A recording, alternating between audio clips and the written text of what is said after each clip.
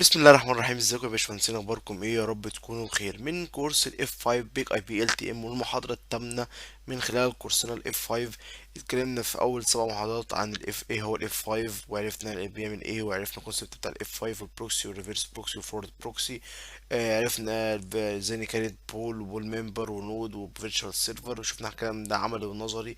عرفنا ازاي ناكتيفيت اللايسنس، عرفنا الفرق بين السيلف اي بي والفيلانية، وكانت ازاي الفيلانية نتاج جواها السيلف اي بي. عرفنا البورت لوك داون، وعرفنا كونسبت مهمين جدا جدا جدا جدا بيفيدنا باي ستيب لحد ما نوصل ان شاء الله لاخر الكورس. يبقى كده جمعنا كل حاجه اولموست في البيك اي بي ال تي ام ان شاء الله. طيب المحاضره النهارده محاضره قويه جدا جدا جدا، هي 45 سلايد زي ما انتم شايفين. ممكن تكون هتطول مننا شويه، بس احنا هنلم فيها كل ما نقدر نلمه، وهنبقى في الاخر جزء عملي ان شاء الله. في المحاضره دي احنا هنلم النظري والعملي في نفس المحاضره دي، وهو هيبقى هنتكلم عن اللود بالانسنج الجوريزمز. احنا عندنا لود بالانسنج الجوريزمز، عندنا كذا نوع من اللود بالانس نقدر نطبقه على الفيرتشوال سيرفر. هنعرف ايه الفرق بين الستاتيك والدايناميك، وايه الكاتيجوريز او الالجوريزمز الميثودز اللي تحت الستاتيك لود بالانسنج الجوريزم، وايه اللي تحت الدايناميك. وبعد كده هنوصل في الاخر خالص ان احنا نعمل لاب بسيط جدا زي اللاب اللي احنا عملناه المره اللي فاتت، هو بالظبط. وهنجرب الطريقتين، طريقه بحاجه اسمها راوند روبن اللي هي الطريقه العاديه، ريكوست ريكوست ريكوست زي ما اتفقنا، وهنشرحها بالتفصيل النهارده. ومره بالريشيو، ونعرف امتى نستخدم دي وامتى نستخدم دي. والباقي هنشرحه كده كنظري ان شاء الله، عشان تعرفوا ايه الفرق بين كل واحد فيهم وبيعمل ايه. لان من اسئله الانترفيوز اللي بتتسال في الاف 5 بيجي يقول لك ايه انواع اللود بالانسنج الجوريزم، تقول له 1 2 3 4 5. يقول لك امتى نستخدم الريشيو. الريشيو ده سؤال مهم جدا جدا جدا، امتى نستخدم الريشيو بتاع اللود بالانسنج الجوريزم؟ هتقول له بناء على كذا كذا كذا اللي احنا هنشرحه خلال المحاضره بتاعت النهارده. طيب خلينا نبص وندخل في الموضوع على طول. احنا النهارده الداتا بروجكت بتاعتنا، احنا كل اللي عايزين نعرفه بس ان احنا ده الاف 5 بتاعنا عليه في اس اي، في اس اي 172 17 17 17 دي. ده بيعمل ايه؟ في اس دي بتعمل لود بالانسنج على السيرفرات ايه التلاتة دول بنفس الاي بي بكل حاجه، اللي هو الفي اس اي طبعا.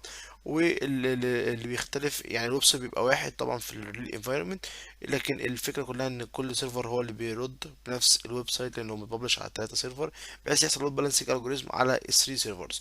طيب في انواع كتير من اللود بالانسنج الجوريزم، وده اللي هنتكلم عليهم النهارده ان شاء الله. طيب تعال نبص في اول نوع من اللود بالانسنج الجوريزم. نبدأ نتكلم في اللود بالانسنج. بيقول لك احنا دلوقتي عرفنا ان احنا نعمل لود بالانسنج، لكن ايه احسن طريقة ان انا استخدم لود بالانسنج طيب معين؟ يعني ايه النوع المعين من اللود بالانسنج اللي انا اقدر استخدمه ده بقى احسن حاجة في اللود بالانس؟ لان عندي طرق كتيرة جدا وتايبس كتيرة جدا جدا جدا. قال لك والله ملهاش مقياس. يعني ملهاش مقياس، يعني قال لك according للبيزنس نيد بتاعك والابلكيشن بتاعك اللي انت عايز تعمل عليه اللود بالانس، هو ده اللي انت تتحكم فيه. واكوردنج برضو للريسورسز اللي عندك، السيرفرات اللي عندك اللي تبلش عليها الابلكيشن بتاعتك. وهنتكلم بالتفصيل خلال المحاضره بتاعت النهارده ان شاء الله. بيقول لك لود بالانس اوفر فيو كده على اللود بالانس. بيقول لك ان الويج اي بي ده معمول عشان يديستريبيوت، اللي هو يوزع الكونكشن بتاعت الكلاينت اللي هو الراجل اللي جاي من بره الانترنت، عشان يعمل لود بالانسنج على البولز اللي هي جواها البول ممبر، اللي هو السيرفر والسيرفيس اللي شغاله عليها. اتكلمنا في الكلام ده كله المحاضره اللي فاتت.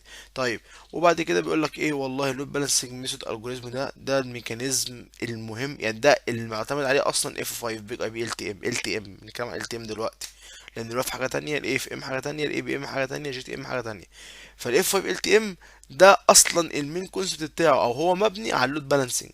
هو بيقول لك، هو بص بيقول لك اللود بالانسنج ده البرايمري ميكانيزم للبيج اي بي سيستم، عشان يديترماين هاو الكونكشن ديستريبيوتد اكروس بول ممبرز. ازاي ان الكونكشن دي هيحصل لها ديستريبيوتد، هتتوزع اكروس البول ممبرز اللي هم السيرفرات بلس السيرفيس اللي شغاله عليهم. وعندك اللي بيقول لك ان اللود بالانس ده متقسم لنوعين، حاجه اسمها ستاتيك وحاجة اسمها دايناميك. طيب ايه الفرق بين الاتنين؟ قالك الستاتيك ده قيمة ثابتة، من اسمها ثابتة. يعني ايه ثابتة؟ يعني انت مالكش علاقة مثلا بمتغيرات بفاريبلز. يعني ايه؟ يعني انت بتقول له مثلا اعمل لي راوند روبن. راوند روبن ده نوع من الستاتيك. يعني ايه؟ يعني انت عندك السيرفر 1 2 3 مثلا، ده عليه 100 كونكشن، تمام، وده عليه مثلا 50 كونكشن، وده عليه 10 كونكشن، تمام. حلو قوي. انت بتطبق راوند روبن ايه للريكوست. طيب في ريكوست جاي اول، يعني مش اول ريكوست، في ريكوست جاي دلوقتي ريكوست 101 مفروض. تمام. واخر ريكوست كان ال F5 عامل له فورورد، كان الايه العاشر اللي هو على السيرفر ده.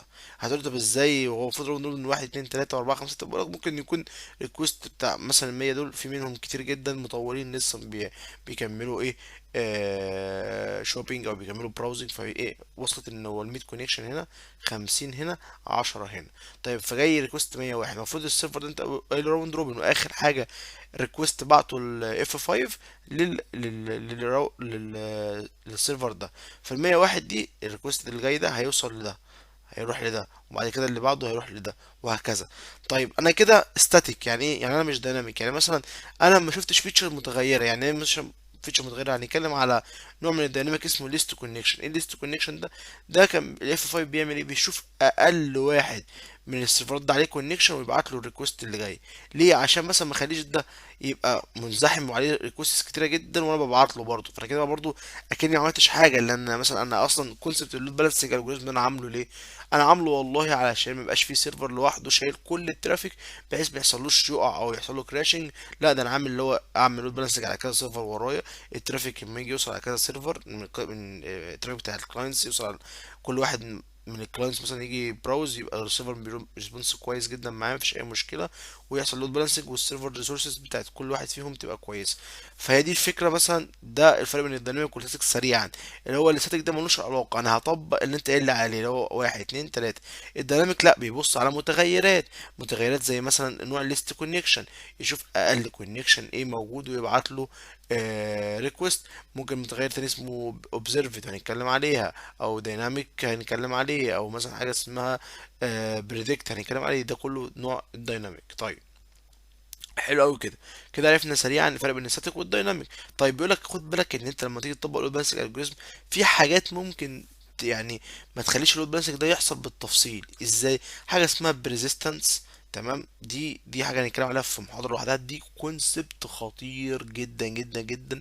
وده اصلا من ضمن اسئله الانترفيو، وده اصلا قايم عليه اي ابلكيشن بتبلشه لازم يبقى فيه بريزيستنس ولها انواع. وبيسالك ايه في الانترفيو، لك ايه انواع البريزيستنس دي، وايه كل واحده بتعمل ايه، وهنتكلم عليها في محاضره. بس اللي عايزك تعرفه دلوقتي لحد ما نيجي نتكلم عليها ان شاء الله، ان ممكن البريزيستنس ده يعني ممكن تافكت على اللود بالانسنج الجوريزم. يعني ريكوست يبقى يفضل ريكوست مثلا بتاع شخص كل شويه بيدخل، يعني سريع عشان برضه ما لخبطكوش. البريزيستنس دي عباره عن ايه؟ عباره عن انت مثلا عندك اف 5 هنا اهو، وفي في راجل بره كده بيدخل على اف 5 على السيرفر، يعني بيدخل على فيرتشوال سوري، بيدخل على البابليك اي بي 200 201 تمام. وبعد كده بيتحولوا الاف 40 جيت ل 172 زي ما احنا اتفقنا في اللاب بتاعنا. المهم يعني، فالكلاينت ده دخل على امازون، فبايه بيبص مثلا لقى جزمه حلوه قوي فهيشتريها، فداس نيكست، علم عليها وداس نيكست عشان بقى يدخل يدفع. فلما داس نيكست ده سيشن جديده، ريكوست جديد. فبطريقه اللود بالانسنج الجوريزم ساعتها ان الريكوست اللي هيجي الجديد ده بتاع نفس اليوزر هيروح لمين؟ هيروح للسيرفر التاني اللي بعديه، فبالتالي هيرجعه خالص لاول البيج خالص، فكده مش عارف ادفع. فالبريسنس دي بتقول لك ايه؟ بتقول لك والله الريكوست اللي جاي لك مثلا من نفس اليوزر ده لمده معينه ايدل تايم او انت بتحطها، تحجز له سيرفر معين يبقى هو اللي يرد عليه المده دي، بحيث مثلا لو حد بيعمل شوبينج او حاجه وبعد كده بيفضل يقلب يعمل نيكست مثلا لحد ما يوصل يدفع البيمنت، يفضل يوديه على نفس السيرفر والايه والسيشن بتاعته تبقى مكمله. ساعات بقى مثلا بيقول لك يعني وبعد كده مثلا امتى يعني امتى مثلا خلاص ما يحجز الحجز بتاع السيرفر ده يروح من الكلاينت ده. يعني مثلا الكلاينت لما يجي تاني يروح لسيرفر تاني غير ده، خلاص وقت الحجز ده اتشال. قالك لما في ايدل تايم اوت انت بتحطه وتقول له بعد وقت كذا خلاص الراجل ده ما بقى مش ليه السيرفر ده، مش ما يروح لسيرفر تاني. تمام. طيب او مثلا لو هو ما اتحركش او ما عملش اي ترافيك ريكويست ايا كان في البيج، فايه بعد ايدل تايم اوت ده عباره عن ان هو ما عملش اي حاجه خالص لمده معينه، اعمل له ايه؟ خلاص رجعه لو جاي ريكويست رجعه للسيرفر، اي سيرفر على الدور يعني. ساعات انت لما تيجي مثلا في امازون او بتيجي انت تفتح ويب سايت مثلا وتقعد مثلا فتره مثلا دقيقتين ثلاثه مثلا ما تتحركش، او مثلا حد قال لك تعالى اعمل حاجه، فانت سبت ايه، سبت الويب براوزر مفتوح، وقلت ويب سايت سوري مفتوح، وقلت لما ارجع مثلا ايه هكمل يعني. فساعات مثلا تسيب دقيقتين ثلاثه كده وقت معين، بعد كده ترجع تاني تعمل تدوس نيكست مثلا عشان تكمل لوجن مثلا، او بتملى بيانات على الويب سايت دي، تلاقي رجعك الاول خالص. هي دي بتبقى الايدل تايم اوت. لو انت كان محجوز لك اصلا السيرفر ده، قعدت فتره ما عملتش اي حاجه خالص، فلما تيجي ريكوست جديد بيوديك لسيرفر من اول وجديد عليه نفس الابلكيشن، بس بيرجعك الاول خالص. هي دي نقطه البريزيستنس سريعا يعني، ولا انواع كتير هنتكلم عليها بالتفصيل. فهنا بقول لك ان انت ممكن تافكت او توفر رايد اللود بالانس. انت مثلا اللود بالانس المفروض اي ريكوست بيمشي مثلا زي راوند روبن يعني، تلاقي الريكوست الاولاني بيروح للسيرفر الاولاني، الريكوست التاني للسيرفر التاني، والريكوست التالت للسيرفر التالت، حتى لو من نفس الكلاينت. لكن البيزنس دي بتوفر رايد عليها، لان ممكن تحجز لنفس اليوزر نفس السيرفر ده، وانت مطبق عليه لود بالانسنج الجوريزم مثلا زي راوند روبن او ريشيو او ايا كان. طيب حلو أوي الكلام ده كله. احنا كده ده الاستاتيك. مثلا الاستاتيك وده الديناميك اللي شرحناه بسرعة. فعشان تعرف انواع الاستاتيك والديناميك، الاستاتيك ده له نوعين بس في الاف 5، راوند روبن وريشيو. تمام. والفرق بين الاثنين هنتكلم عليهم كمان كام سلايد ان شاء الله. الديناميك هيبقى في حاجة اسمها ليست كونكشن، فيستست، اوبزرفد، بريدكتيف، دايناميك ريشيو، وفي انواع تانية كتير برضو من انواع الديناميك. بس الاستاتيك هو الراوند روبن والريشيو، دول انواع الاستاتيك والديناميك لازم تبقى انت عارفهم برضو. طيب بيجي هنا بقول لك ايه، هنا في مقارنة بسيطة بين الراوند روبن والريشيو والليست كونكشن، خليها لما نخلص التلاتة نشرحهم بالتفصيل نبقى نبص عليها. طيب حلو قوي الكلام ده كله. هنا بقى بيقول لك الراوند روبن. ايه الراوند روبن ده؟ والله بص يا باشا، انت عندك الاف 5 اهو، ده الفيرتشوال سيرفر بتاعك، وعندك هنا سيرفر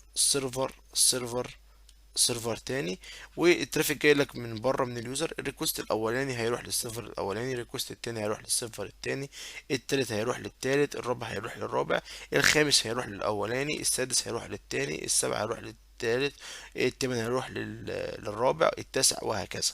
يعني ايه؟ يعني الريكوست الاولاني بيروح للسيرفر الاولاني، التاني للتاني، والتالت للتالت. كل ريكوست بيروح للسيرفر لسيرفر، كل ريكوست يروح لسيرفر، كل ريكوست يروح لسيرفر. فبيحصل حاجه اسمها لود بالانسنج الجوريزم بطريقه الراوند روبن.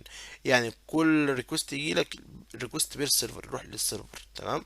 حلو قوي كله الكلام ده كله. عندك مثلا سيرفرين بس مش اربعه، اولاني اتنين تلاتة اربعة خمسة ستة وهكذا. طيب هيجي بعد كده حاجة اسمها ايه، الريشيو. وهنا بقى بيسألك سؤال مهم جدا جدا جدا في الانترفيو: امتى استخدم الريشيو؟ هتقول له الاتي، بس لما نفهم الريشيو الاول معناها ايه. الريشيو بكل بساطه انت بتدخل على النود تمام بتاعتك.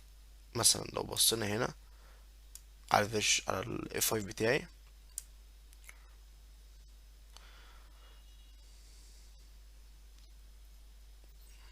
وجينا دخلنا لوكال ترافيك، دخلنا هنا على البولز عشان انت بتطبق اللود بالانسنج الجوريزم جوه البولز. تمام. وجيت دوست هنا على ممبر. تمام. هنا بختار التكنيكس اللي انت عايز تختار تعمل ايه على البول دي، اني لود بالانسنج الجوريزم اي نوع.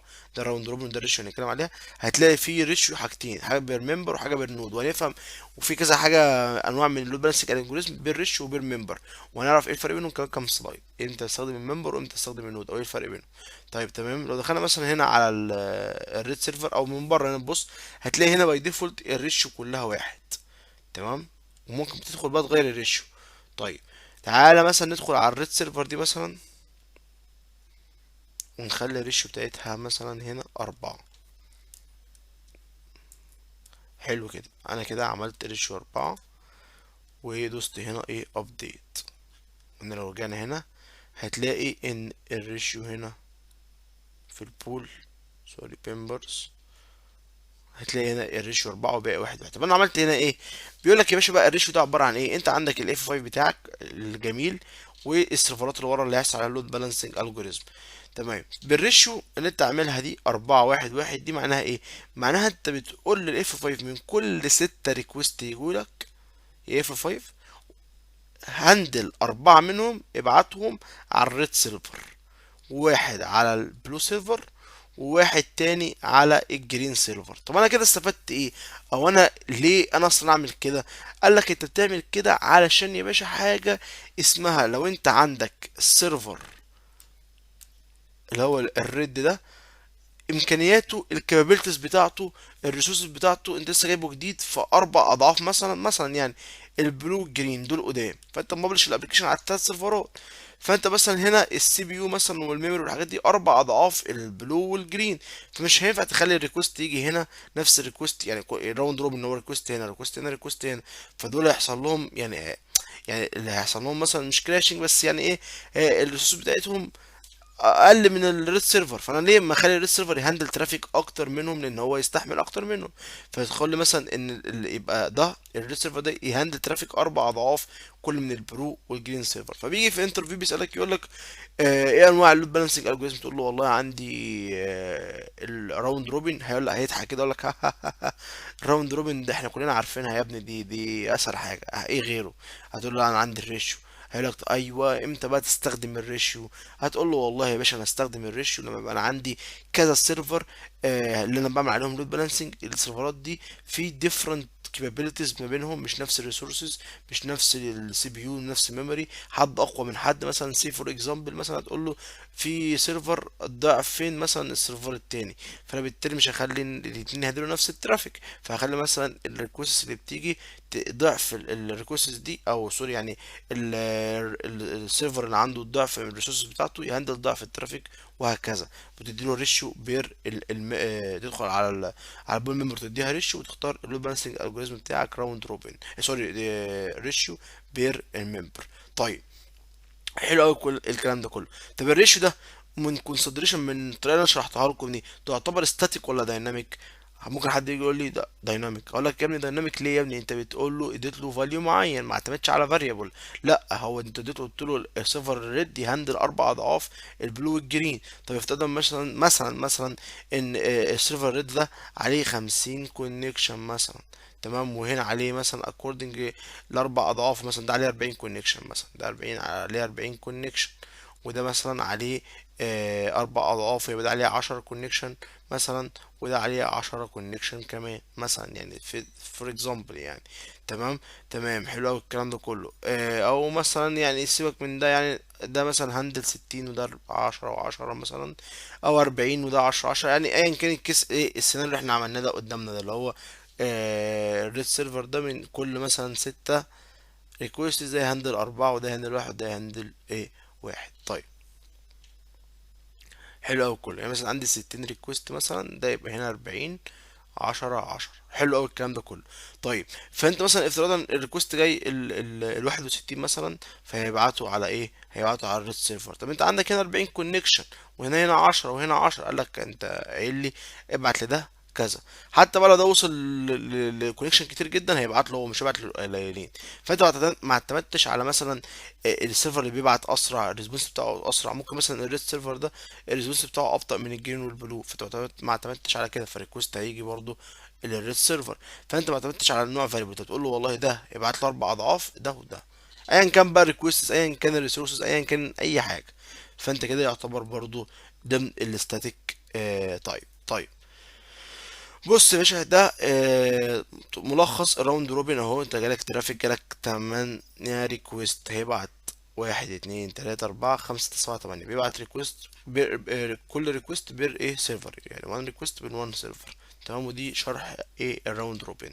وعشان تقدر تشوف برضو فيريفيكيشن، لو دخلت هنا على الستاتستكس بتاعت البول بتاعتك وانت عامل هنا راوند روبن، هتلاقي اولموست ان السيرفرين اللي تحت الجروب اللي مطبق عليهم راوند روبن هتلاقيهم يعتبروا نفس ايه الترافيك ان واوت، لان هما الاثنين يعتبر بيبعت عليهم ريكوست، يعني الريكوست بيبلش عليهم، او سوري الريكوست بيروح للاثنين بول ممبرز دول بالتساوي، واحد واحد واحد واحد واحد واحد. فهتلاقي اولموست الترافيك بتاع التو بول ممبرز قريبين من بعض او ايكوال بعض. تمام. هنا الريشيو هنا بيقول لك والله بص يا باشا بقى، انت عامل هنا حاجه حلوه قوي. بيقول لك ان الريشيو انت عامله 3 2 1 1، يعني 6 7 8. يعني من كل 8 ريكوست يجي للفيرتشوال سيرفر بتاعك، ابعت لي 3 على السيرفر الاولاني، 2 على السيرفر التاني، واحد هنا وواحد هنا. طيب كده يبقى الريكوست لما يجي لي، اول ريكوست جاي لي هيجي على السيرفر الاولاني، تاني ريكوست جاي لي هيجي هنا، تالت ريكوست هيجي هنا، رابع ريكوست هيجي كده هنا، بعد كده هيجي الخامس هنا، السادس هنا، السابع هنا. كده انا عملت ايه؟ جالي 7 ريكوست، 3 اهم اتقندلوا هنا، 2 هنا وواحد هنا وواحد هنا، ودي الطريقه اللي بتهندل بيها الريشيو. لو الاولاني انت مثلا 3 2 1 هيبقى كل 7، ده يهندل 3، فما يهندلش 1 2 3، لا بيبص انت 3 2 1 1 خلاص، يبقى انا هبعت هنا واحد، هنا واحد، هنا واحد، هنا واحد. دول خدوا خلاص حجزوا الريكوستس بتاعتهم خلصوا، ففي ريكوست تاني فده اتنين، وده ليه تاني ريكوست تاني فده اتنين. ده كده خلص الاتنين ريكوست المسموح له، فيبقى قاعد هنا ناقص واحد فيبقى ايه تلاتة، وهكذا. تمام. طيب حلو قوي الكلام ايه ده كله، والكلام ده كله لذيذ جدا جدا جدا. عرفنا الريشيو تستخدم فيه. طب انت لو عملت الريشيو 1 1 1 1، يعني مثلا انت عندك ثلاث سيرفرات عملت الريشيو بتاعتهم 1 1 1 زي كانت موجوده باي ديفولت، فانت كده اكنك شغال راوند روبن، ما عملتش اي حاجه. انت بتقول له ابعت من كل ثلاثه ريكوست يجي يبعت لي واحد على الاولاني، واحد على التاني، واحد على التالت، يبقى كده اكنك شغال راوند روبن ولا اي حاجه مختلفه خالص. تمام. هنيجي بقى هنا لنوع من انواع اللود بالانسنج الجوريزم، وهو من انواع الدايناميك مش الستاتيك، وهو الليست كونكشن. الليست كونكشن ده ما دام نوع دايناميك يبقى معتمد على حاجه، معتمد على ايه؟ بيقول لك معتمد على الفيوست كارنت كونكشن. ان والله الاف 5 بتاعك بيعمل ايه؟ بيشوف السيرفرات اللي عليها اقل كونكشن ايه ويبعت لها الريكوست.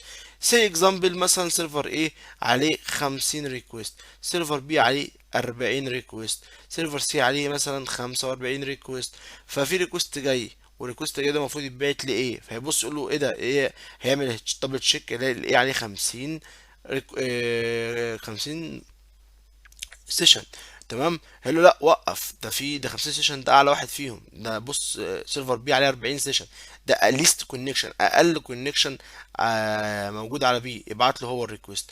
هل هو مثلا اتقيد بحاجه معينه ان انا لازم ابعت لايه زي الاستاتيك؟ لا، هو بص لا اعتمد على فاريبل، لا الليست كونكشن هو سيرفر بي، فقال لك خلاص هبعت على سيرفر بي.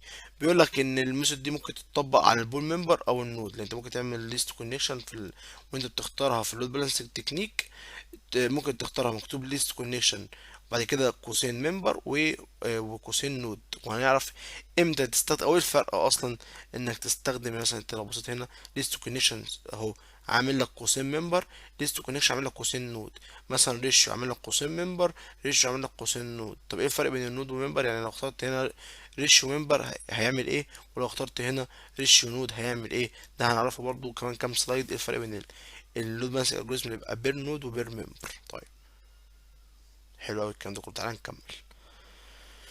طيب في هناخد حاجه اسمها الفاستست لود بالانسنج الجوريزم، ده نوع من الديناميك. بس قبل ما ندخل عليه هنرجع لل... المقارنه اللي كنا عاملينها بين الراوند روبن والريشيو والليست كونكشن، ونجيبها برضو بعد ايه، بعد الليست كونكشن، بحيث يبقى المقارنة ايه على التلاتة مرة واحدة. طيب اللي هو بالانسنج الجوريزم بيقول لك ده مقارنة كده بسيطة بين الراوند روبن والريشيو والليست كونكشن. بيقول لك ان الراوند روبن ده الديفولت اللي بيتطبق اصلا على الفيجوال على البول بالانسنج الجوريزم، ده الديفولت. ان كل نيو كونكشن ريكوست هيعدي على السيرفر هيروح انلاين انلاين على السيرفرات اللي وراه، اللي هو يعني زي ما شرحنا كده، ريكوست اولاني هيروح للسيرفر الاولاني، ريكوست التاني للسيرفر التاني، وهكذا. قال لك امتى تستخدم دي؟ قالك لو دي تستخدمها لو السيرفرات كلها اللي عندك عندهم نفس الكابابيليتي نفس الريسورسز، كل السيرفرات مثلا اللي عندك كلهم نفس الامكانيات بتاعتك ممكن تستخدمها.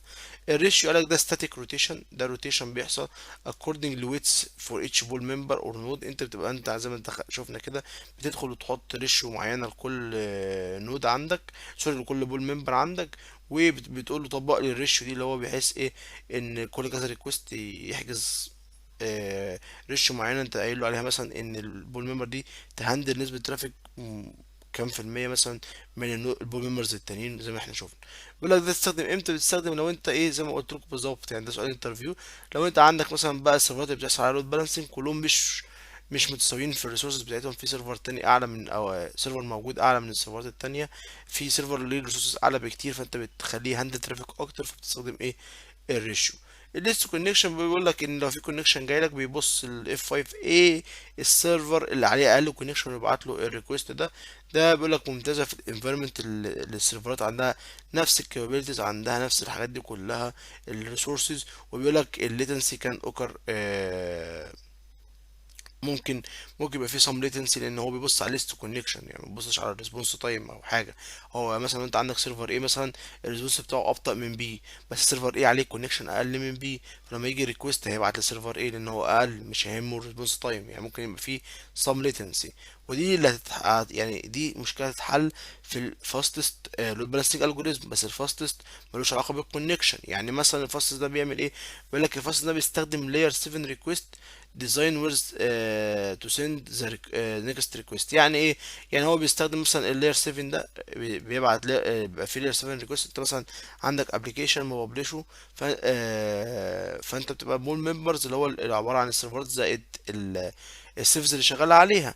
فبتضطر مثلا تحط الهيلث مونيتور بتاعك اللي هنتكلم عليه ان شاء الله المحاضره بعد 3 محاضرات باذن الله. فبتطبق مثلا انت كل شويه تبعت له اتش تي بي مثلا او اتش تي بي اس، تتاكد ان البول ده شغال، الدنيا شغاله، عشان لو مش شغاله ساعتها الاف 5 يبعت ترافيك للبول ممبر تانية مثلا بدل الواقعه. فبالتالي هو بيبص على الفاستست، بيشوف اني اسرع، اني سيرفر او اني بول ممبر بترد على الاتش بي اس بتاعته اسرع حاجه. فعشان يعني مثلا عندي سيرفر A وسيرفر B وسيرفر C، انت بتعمل عليهم هيلث مونيتور التلاتة مثلا عن طريق اتش بي اس المون ممبرز. فا مثلا بيرد اسرع من بي وسي، فبالتالي الريكوست اللي هيجي يعني الريكوست اللي هيجي من الكلاينت الاف 5 هيعملوا لود بالانس على الاسرع ريسبونس فيهم، الاسرع اللي بيرد اسرع. تمام، اللي هو مثلا ايه، هو عنده الريسبونس تايم بتاعه اسرع بكتير من بي وسي، هيبعت ليه الريكوست. طب حتى لو كان ايه ده عليه كونكشن اعلى من بي وسي، هيبعت له. هو بيبص دلوقتي على الفاستست الاسرع، مش بيبص على الليست كونكشن. طيب هنا بيقول لك انت مثلا اول سيرفر قرينا عليه ريكوست 2 3 التاني 4 5 6. تمام، حلو قوي الكلام ده كله. الاولاني 10 ريكوست اوفرول، التاني 10 ريكوست، التالت 10 ريكوست، والرابع عليه 17 ريكوست مثلا.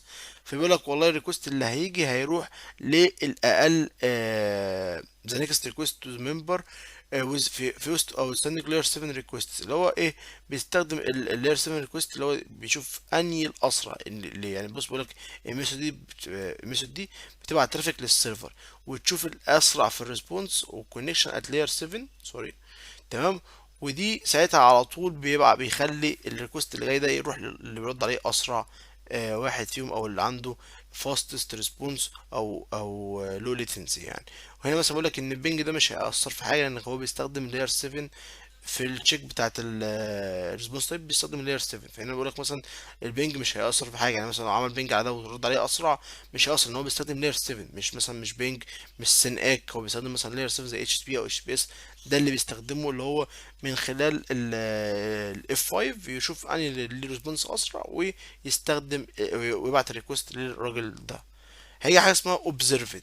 في نوع تاني اوبزرفد، انا بقى من اول ليست كونكشن بنتكلم على الدايناميك، ده نوع دايناميك. الستاتيك ما عندناش غير راوند روبن وريشيو. الاوبزرفد ده بيقول لك يا باشا ده نفس الريشيو بالظبط، زي الريشيو بالظبط، بس الريشيو ده كان ستاتيك لكن ده دايناميك. طب قال لك ايه الفرق بين الاثنين؟ قال لك ان الريشيو هنا الريشيو ده بتبقى اوتوماتيكلي. يعني ايه اوتوماتيكلي؟ ايه، انت كنت في الريشيو اللي هي في الاستاتيك دي كنت بتعمل ايه؟ كنت والله بتدخل تقول له يا باشا سيرفر ايه ده خليه هاندل 4 اضعاف سيرفر بي مثلا. تمام، لكن هنا بيقول لك لا، انت مش بتحط ريشيو زي ما انت حطيت المره اللي فاتت كده، في لما تيجي تطبق ريشيو بالانسنج الجوريزم. لا، هي الفاليوز دي بتتحط اوتوماتيكلي من خلال الاف 5. اف 5 هو اللي بيحطها اصلا باي observing layer 4 connection. بيشوف اللاير 4 connection اللي على السيرفرات. يعني فور اكزامبل مثلا ايه اللي بيحصل بالظبط؟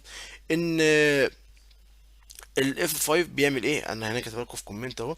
الاف 5 بيقيس كام كونكشن موجود على البول ممبر. تمام، في الوقت يعني في الريسنت باست.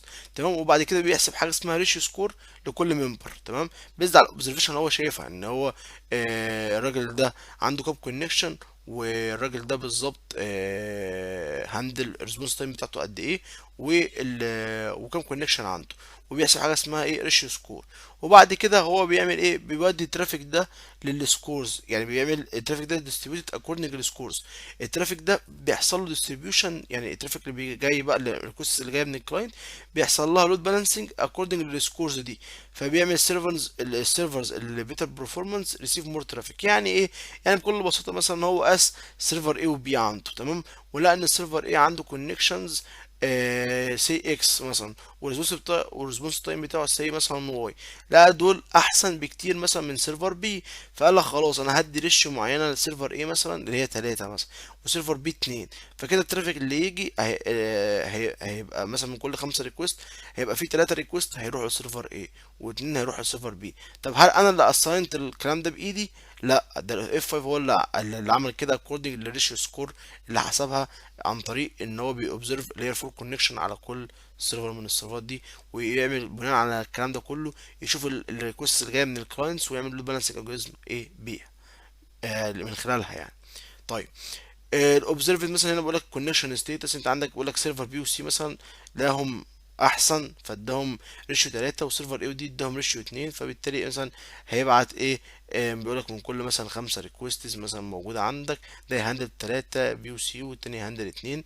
فيبقى مثلا ايه هيجي ريكويست مثلا الاولاني يروح لايه، الريكويست التاني يروح لبي، التالت لسي، الرابع لدي، وبعد كده انت عندك الريكويست الخامس هيروح لايه. تمام، ايه كده يخلص الاتنين بتوعه، السادس هيروح لبي، السابع هيروح لسي، التامن هيروح لدي، كده دي خلص الاتنين بتوعه. البي هيروح التسعة ريكوست هيروح لبي، كده بي خلص التلاتة.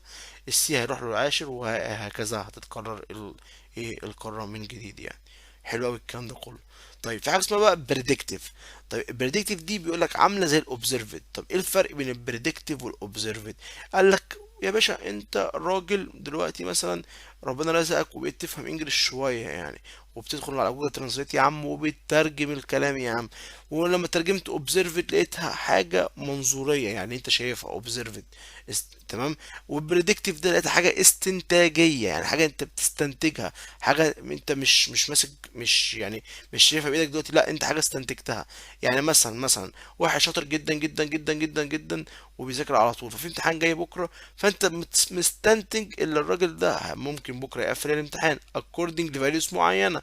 تمام. لكن مثلا انت دلوقتي قاعد في الامتحان بتاعك وشايف راجل جنبك عمال يحل ويحل حلو قوي الكلام ده كله وخلص الورقه وسلمها بدري، فانت حاجه شفتها فانت خلاص قلت الراجل ده ايه، يعني حل الامتحان فده حله ونجح فيه، فانت دي حاجه معاك اصلا واكوردنج الحاله بتاعتها. فالفرق بين اوبزرفت وبريدكتيف، اللي هو اوبزرفت ده ان الراجل بيشوف الكونكشن اللي على على السيرفرات، تمام، وبيعمل السكور بتاعه الجميل بتاع الريشيو سكور، ويحدد كل سيرفر يديله اوتوماتيك ريشيو نمبر، ويودي ترافيك اكوردنج اللي جاي ريكوست اكوردنج للسكور ده البيتر برفورمانس. قالك لكن البريدكتيف لا، قالك البريدكتيف حاجه تانية خالص. طب بتشتغل ازاي؟ عملك برضو في النوت باد، سوري في الكومنت. قالك ان اف 5 بيعمل تراك للبرفورمانس ماتريكس، بيعمل تراك للبرفورمانس ماتريكس زي ايه مثلا؟ بيشوف الريسبونس تايم بتاع كل سيرفر من الموجودين، بيشوف الهيلث بتاعه، الكونكشن ريت بتاعه، الدنيا تمام عليه كام كونكشن، الحاجات دي كلها، وبيحسب ان بيقول مثلا how performance is changing over time، بيشوف ان البرفورمانس بتاعت السيرفر ده من خلال الوقت يعني بتتغير ازاي من خلال الوقت، يعني مثلا الساعة 2 مثلا، الساعة 2 ونص، الساعة 3، يشوف البرفورمانس بتتغير ازاي، الريكوست بتيجي على السيرفر ده ايه اللي بيحصل بالظبط. وبيحسب حاجة اسمها بيشوف ازاي البرفورمانس بتتغير مع تغير الوقت، او مع بالظبط يعني زي مع تغير الوقت. وبعد كده بيشوف وبيعمل زي مثلا ريبورتنج او حاجه، بيشوف بقى إيه حد من خلال الريبورتنج ده ان السيرفرز والله اللي البرفورمانس بتاعها بيحصل له امبروفنج مع الوقت، هيبقى عندها هاير دايناميك ريشيو، عندها ريشيو اعلى، يعني هتستقبل ترافيك اكتر. يعني مثلا سيرفر ايه مثلا وعندي سيرفر بي وسيرفر سي، لقيت والله ان سيرفر ايه ده مع الوقت كل شويه ان الريسبونس بتاعه بيعلى والدنيا كويسه وبيرد فاستس والكونكشن بتاعته تمام، عكس سيرفر بي، فده اللي هيبقى ايه هديله هاي ريشيو، وده اللي هيرسيف مور ترافيك عن التاني. والسيرفر اللي البرفورمانس بتاعتها بتقل مع الوقت هي ايه هتاخد اقل ترافيك. دي هي البريدكتيف. تمام. حتى بقول لك هنا الليس كونكشن مثلا هو عمل كده، لا الليس كونكشن ريشيو 4، المور كونكشن ريشيو 1، فخلاص قال لك ان سيرفر اي وسي ده مثلا هيبقى ريشيو 1، لان سيرفر اي وسي مثلا قال لك لقاهم الريسبونس بتاعهم مع الوقت بيقلوا في ديجريديشن، لكن بي ودي بسم الله ما شاء الله الدنيا بتعلى وبرفورمانس عالي جدا مع الوقت والكلام ده كله، فهيهندلوا اي اكتر ترافيك. فمن كل 5 ترافيك هتيجي سوري، يبقى مثلا الريكوست الاولاني هيجي يروح ل A، الريكوست التاني هيروح ل B، التالت ل C، الرابع ل D، كده A و C خلصوا الريكوست بتاعتهم الاولين اللي كل واحد فيهم ليهم واحد. بعد كده بقى اللي هيجي السابع هيروح ل B، وبعد كده التامن لدي، التاسع لبي، العاشر لدي. وبعد كده الريكوست هتيجي تاني تتكرر مع ايه، مع تكرر اللفة وهكذا.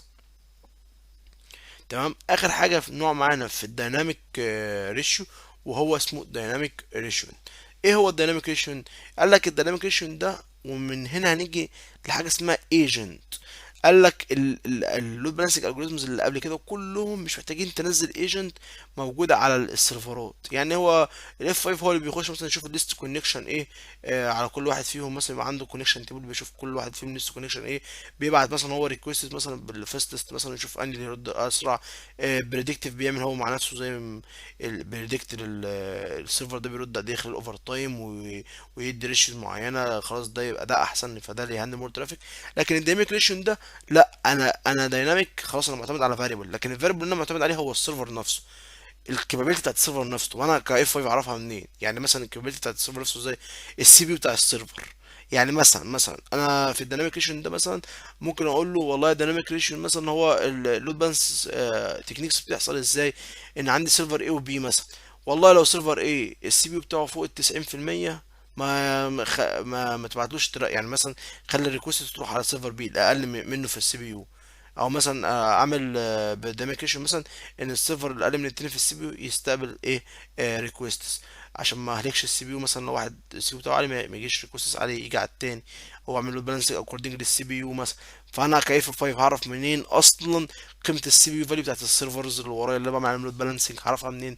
فلازم يبقى في ايجنت، في اس ام بي ايجنت، انت رابط الاف 5 ده بال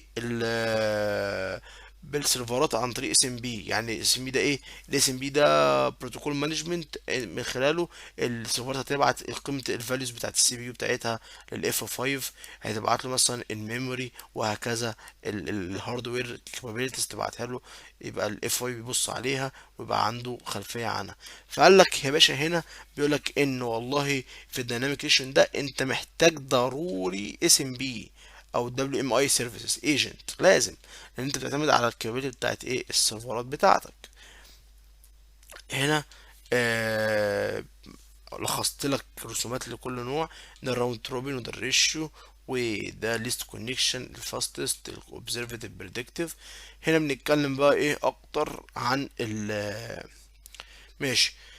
هنا بقى هنتكلم عن حاجه اسمها اللود بالانسنج ميثود بيزد اون بول ممبر والنود. ايه هو الكلام ده كله؟ زي ما احنا كنا من شويه اتكلمنا، قلنا انك لما تيجي تطبق لود بالانسنج تكنيك، في انواع من التكنيكس بيقول لك انت هتطبقها بير ممبر ولا بير نود. فانا ايه الفرق؟ انا ايه اختار ايه؟ يعني ايه اللي اختاره؟ هنا مثلا على على البول دي عايز اطبق عليها مثلا ريشيو، فجالي ريشيو ممبر وجالي ريشيو نود، فانا اختار ايه؟ قال لك وقف بقى. هنا احنا هنتكلم في كونسبت مهم جدا، هنشوف الاكزامبل ده وهيفهمنا حاجات كتيره جدا جدا، وامتى نستخدم ده وامتى نستخدم ده. قال لك بص، انت هتاسيوم ان انت عندك يا باشا ايه. هنا بيقول لك هتاسيوم ان انت عندك سيرفيسز اتش تي بي، تمام، جوه ال تي ام، وعندك سيرفيس تانية اف تي بي. فور اكزامبل يعني بيقول لك ان انت عندك جروب واحد، في الجروب ده جواه بول ممبرز، تمام، وانت عملت كريت لبول لتايب اف تي بي ان اديشن اتش تي بي. يعني انت عندك اتنين ايه يا باشا، عندك اتنين سيرفيسز اف تي بي و اتش تي بي، تمام. فهنا بيقول لك انت عندك عشان يعني تفهم اكتر، هن اسيوم مثلا ان انت عندك اتنين سيرفرز في البول. البول فيها اتنين سيرفرز، هو سيرفر واحد وسيرفر اتنين، سيرفر 1 وسيرفر 2، تمام. وبيقول لك ان في اتش تي بي كونكشن جاي، في اتش تي بي كونكشن جاي للجروب ده، لجروب واحد، تمام. فالبيج اي بي ده هيستخدم مثلا يعني هو مستخدم، انت خليت طريقه اللود بالانس بتاعته ليست كونكشن. حلو، حلو الكلام ده كله. فالليست كونكشن انت لما جيت تختاره هنا في عشان تطبقه على الجروب ده، قال لك يا باشا ليست كونكشن عندي منه نوعين، في نود وفي ممبر. طب لو هو بقى هنا بيقول لك ايه بقى، بيقول لك لو انت اخترت النود، تمام، فمعنى كده اللي هو هيبص على النود. ايه هي النود دي يا باشمهندس اللي انت قلتها المره اللي فاتت وقعدت تشرح لنا تقول لنا ايه الفرق بين النود والبول ممبر؟ قال لك النود ده السيرفر نفسه، البول ممبر السيرفر زائد البورت اللي شغال عليها، السيرفيسز اللي هو شغال بيها. حلو. فانت خدت نود بيزد، تمام. فانت كده الترافيك هيجي ازاي؟ الترافيك هيجي بير سيرفر، هيشوف الكونكشن اللي على السيرفر الاقل ويبعته. هيلاقي مثلا سيرفر اتنين عليه اتنين اتش تي بي، وسيرفر واحد عليه واحد اتنين تلاتة أربعة، عليه أربعة ريكوستس، منهم واحد اتش تي بي وتلاتة اف تي بي. فمفروض كده هيلاقي ان سيرفر اتنين ده آه سوري، ان الترافيك ده هيروح لسيرفر اتنين. ليه؟ لان هو هيشوف اصلا ان سيرفر 1 عليه كونكشن اكتر من سيرفر اتنين. سيرفر 1 عليه كونكشن اكتر من سيرفر اتنين، معلش هنا بس غلطة اصلحها لكم. سيرفر 1 هاز كونكشن مور سيرفر اتنين، تمام. وبالتالي الترافيك هيروح فين؟ الترافيك هيروح لسيرفر اتنين. حلو الكلام ده كله. فده هيبقى ايه؟ هيبقى انا عندي هنا 3 اتش تي تي بي ترافيك، وهنا هيبقى عندي التلاتة اف تي بي وواحد اتش تي بي. طبعا لو اخترت ممبر بيزد، ممبر بيزد دي معناها ايه يا باشمهندس؟ معناها ان هي معتمدة على البورت اللي شغال بيها السيرفر مع السيرفر. يبقى كده يعني اتش تي بي جايالي، فساعتها انت بتقول له طبقها لي بير ممبر. بير ممبر يعني شوف الكونكشن الاقل على الممبر، تمام. هيبص هنا بقى ايه؟ هيبص للسيرفر الاولاني، هيلاقيه عنده هيلاقي عنده اتش تي بي بس، لأن اللي جاي له اتش تي بي، مش جاي له اف تي بي. فهيلاقي هنا في 1 كونكشن، تمام. وهيلاقي هنا على البول ممبر التانية عليها 2 كونكشن اتش تي بي. فالكونكشن اللي جاي ده هيروح لمين؟ هيروح للسيرفر الاولاني. ليه؟ لان هو عليه دلوقتي اقل كونكشن اتش تي بي، فبالتالي الترافيك هيروح للسيرفر الايه الاولاني. فبالتالي عشان ما تلخبطش نفسك، لو جينا بصينا هنا بيقول لك يا باشا انت هنا مثلا كان انت عندك اتنين بول، البول اتنين بول مثلا في الاكزامبل ده انت عندك اتنين بول، بول فيها شغالة عن طريق اتش تي بي اللي هي بورت 80، وبول تاني شغالة اف تي بي، تمام. والبول مثلا اللي هنا مثلا هتلاقي ان السيرفر ايه ده مشترك في الاتنين بول، سيرفر 1 وسيرفر 2 في الاتنين بول. لكن الفكرة كلها ان بول 1 ده ان السيرفر بتاع اتش تي بي قايم عليه اتش تي بي، وهو يعني السيرفر قايم عليه اتنين سيرفيسز اتش تي بي واف تي بي. فانت مش هينفع تعمل مش هينفع تعمل في السايه تبقى فيها اتنين اصلا سيرفيسز، ما ينفعش الكلام ده كله. فانت تعمل اتنين فيشوال صفر مختلفين، واحد لل HTTP وواحد لل FTP، وهتحط بول هنا بتاعت ال FTP وبول هنا بتاعت HTTP. البول دي عبارة عن فيها بول ممبر اللي هو سيرفر واحد وسيرفر اتنين بسيرفيس 80، وهنا بول تانية فيها نفس السيرفر واحد وسيرفر اتنين بس البورت بتاعت ال FTP. حلو الكلام ده كله. فهنا بيشرح لك بيقول لك لو انت مطبقت بقى على البول بير ممبر، ولو طبقت مثلا على البول بير نود، ايه اللي هيحصل بالظبط في اللود بالانسنج الجوريزم بتاعك. وده اللي كان انا وقيس بقى كده على اي حاجه مكتوب ممبر ونود، اللي هو باختصار ايه؟ ان والله يا باشا لو اللود بالانسنج انت اخترت نود ايا كان، فهي بتبقى السيرفيس على واحد اي بي ادرس بس، تمام.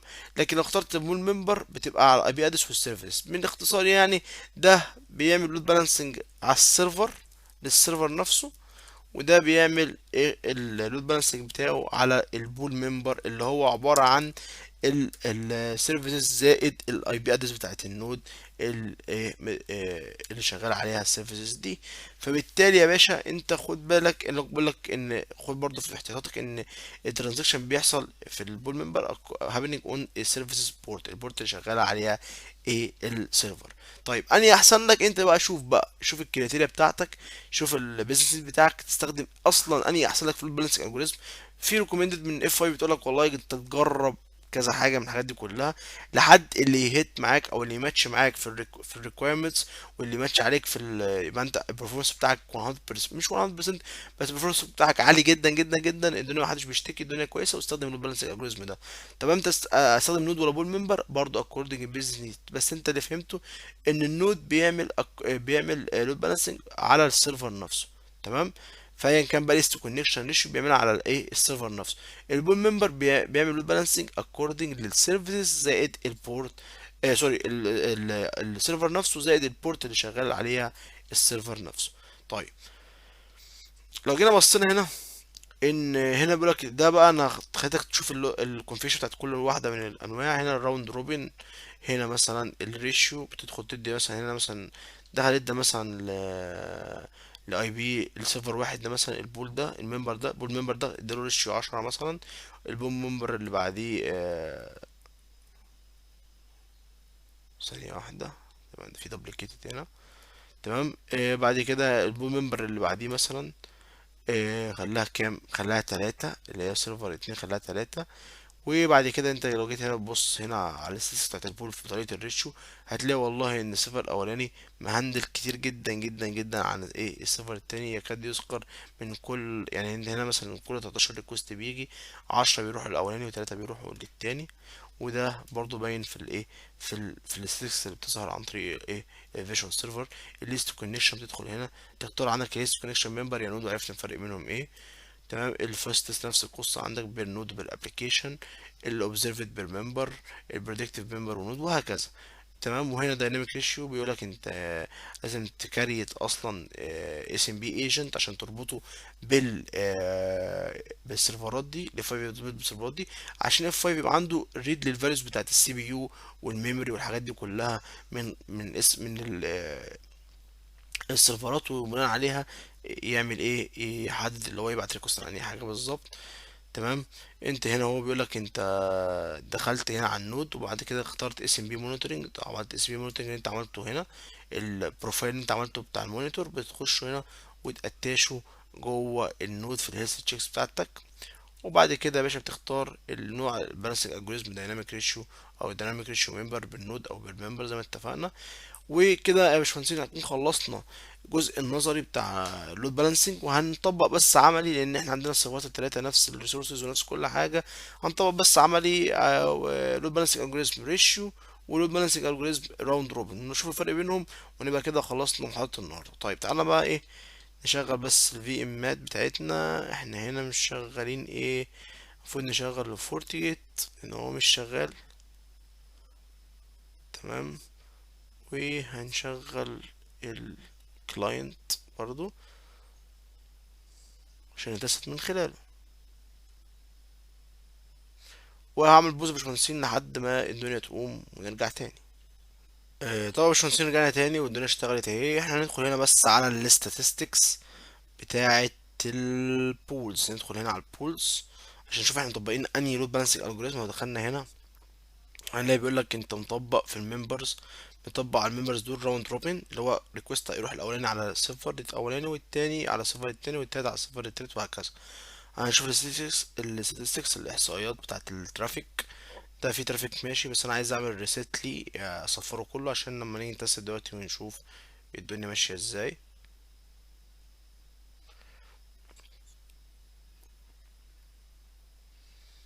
تمام. تمام زي الفل. تعالى بقى نتست ونشوف الدنيا ماشيه ازاي كده. لو جينا هنا على السيرفر وعملنا ريكوست، راح على السيرفر الاخضر، ريكوست تاني راح على السيرفر الاحمر، ريكوست تاني راح على السيرفر الازرق. هتلاقي بص عمال ايه يعمل راوند روبن اهو. بص بص، كل ريكوست بيجي بيروح على سيرفر تاني مختلف، كل ريكوست يجي بيروح على سيرفر تاني مختلف، كل ريكوست بيجي بيروح على سيرفر تاني مختلف، وهكذا. طب تعالى نبص بقى على الاستاتستكس الاحصائيات، هتلاقيها كلها اصلا قريبه من بعض. لما تعمل ريفريش هتلاقيها كلها قريبه من بعض على التلاته. بص كلها لاكات تذكر، يعني فاهم، يعني 28.6 28.6 38.5 ده انت بادئ عنده الريكوست. فاهم. بص هتلاقي الريكوستس كلها عفوا، الريكوستس كلها يا باشمهندسين قريبه من بعض. ليه؟ لان الريكوست بيجي على الاولاني، الاول ريكوست بيجي على الاولاني، التاني ريكوست بيجي على التاني، والتالت ريكوست بيجي على التالت. الريشيو واحده. الكل يعني الريكوست كلها بتتعمل لود بالانس، كل ريكوست بيروح على يعني بير وان ريكوست بير وان سيرفر. فالدنيا تحسها كلها قريبه من بعض، الريكوست كلها هتلاقي على السيرفرات كلها نفس عدد يعني يعتبر نفس عدد الترافيك ماشي عليه. تعالى بقى نغير ونخلي ونعمل حاجة كده بقى ايه، نعمل الريش ونجرب ونشوف. طيب تعالى ندخل هنا على ال HTTP pool، ومن خلال members هنختار ايه راوند روب، سوري، هنختار ريشيو بس بالممبر. انا عايز على الممبر نفسه، على السيرفر بلس البورت، سوري الاي بي بلس البورت شغال عليها. ولازم تدوس هنا ابديت عشان ايه تسيف اللي انت عامله فوق. والبريورتي جروب اكتيفيشن ده هنتكلم عليها محاضره جايه بالتفصيل، حاجه توبك لذيذ كده هيعجبكم. تمام. هل لو انا دخلت جربت مثلا، هي دي اصلا باي ديفولت بتبقى واحد. لو انا كده دخلت جربت الدنيا باي ديفولت بتبقى واحد دي. انا كده كنت مغير فيها. لكن انا دخلت جربت على اللي انا غيرت، يعني انا دخلت مثلا غيرت في برودكشن خليتها ريشيو، ويا باشا دخلت جربت، هتلاقي الدنيا ايه، هتلاقي زي الراوند روبن بالظبط. ليه؟ لان اصلا هي كلها واحد اهي باي ديفولت. يعني الريكوست الاولاني يجي على الاولاني، والتاني يجي على التاني، والتالت يجي على التالت، فانا كده ما عملتش حاجه. فعشان تغير الكلام ده كله، هنأسيوم مثلا اللي احنا السيرفر الاولاني ده والله يا باشا، اللي هو الريد ده مثلا، الكابابيلتيز بتاعته السي بي يو والميموري والحاجات دي 4 اضعاف البلو والجرين، والجرين والبلو زي بعض. فانا هخلي كده من الترافيك يبقى الترافيك اللي يجي 4 اضعاف منه يهندلوا الريد سيرفر، والباقي يتهندل من البلو والجرين. فاعمل كده ازاي؟ ادخل هنا على المنبر بتاعي، وهنزل تحت سوري في الريشيو، واقول له انت 4، وادوس هنا ايه ابديت.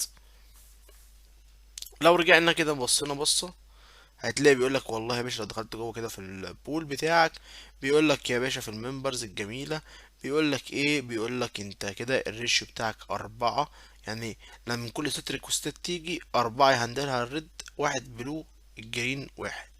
طيب الاستاتس عشان نتأكد برضه احنا ماشيين صح، هنعمل لها كلها ريست ونجرب من اول وجديد من الكلاينت. احنا تعبين الكلاينت معانا والله.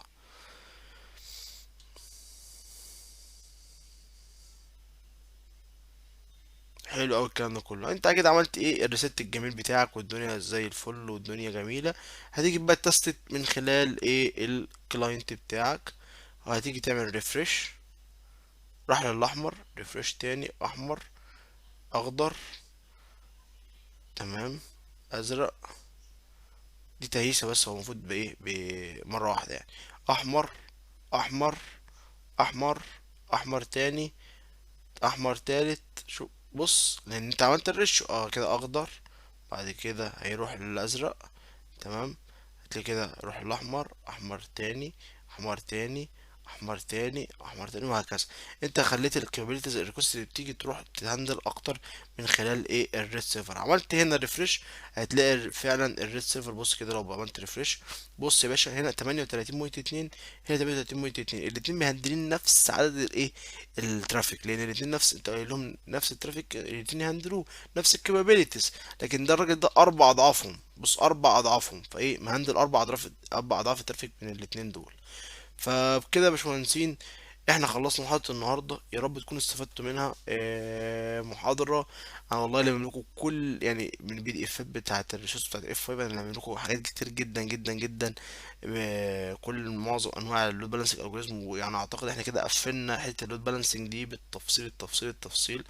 ان شاء الله المحاضره الجايه نتكلم فيها على البريورتي جروب اكتيفيشن، ونتكلم عن حاجه اسمها فول باك، حاجه كده بتطبق في اتش تي بي بروفايل. محاضرة بعديها هنتكلم عن الاستاتستكس واللوجز كده سريعا برضو. المحاضرة اللي بعديها هنعمل ترابل شوت لثري كيسز كده معانا، ازاي تعرف ترابل شوت وتشوف كام كوماند كده على السي ال اي من اف 5. وهنكمل ايه الكورس معانا ان شاء الله. دول يا باشمهندسين نقدر نخلص الكورس في اسرع وقت عشان اللايسنس بتاعت الاف 5. ويا رب تكونوا استفدتوا من محاضرة النهارده. متنسوش تعملوا شير وسبسكرايب ولايك للفيديو، ويعني لو تدوني كومنت كده ونشوف الدنيا ايه، فيدباك بتاعكم ايه. اي حد عنده بوزيتيف فيدباك يا ريت، نيجاتيف فيدباك يا ريت اكتر، ان انا اقدر احسن من نفسي، او احسن من الكونتنت اللي انا بقدمه عن طريق النيجاتيف فيدباك بتاعتكم. لو في اصلا نيجاتيف فيدباك، ده شيء برضو مش هيضايقني خالص، شيء بالعكس يخليني اتحسن اكتر واكتر. يا رب تكونوا استفدتوا يعني، ان شاء الله باذن الله يكون كورس جميل عليكم ان شاء الله، وتعملوا شير ليه الناس كلها تستفيد. ويا رب اشوفكم على خير وتبقوا احسن ناس في الدنيا. السلام عليكم ورحمة الله وبركاته. كان معاكم باشمهندس احمد عصام.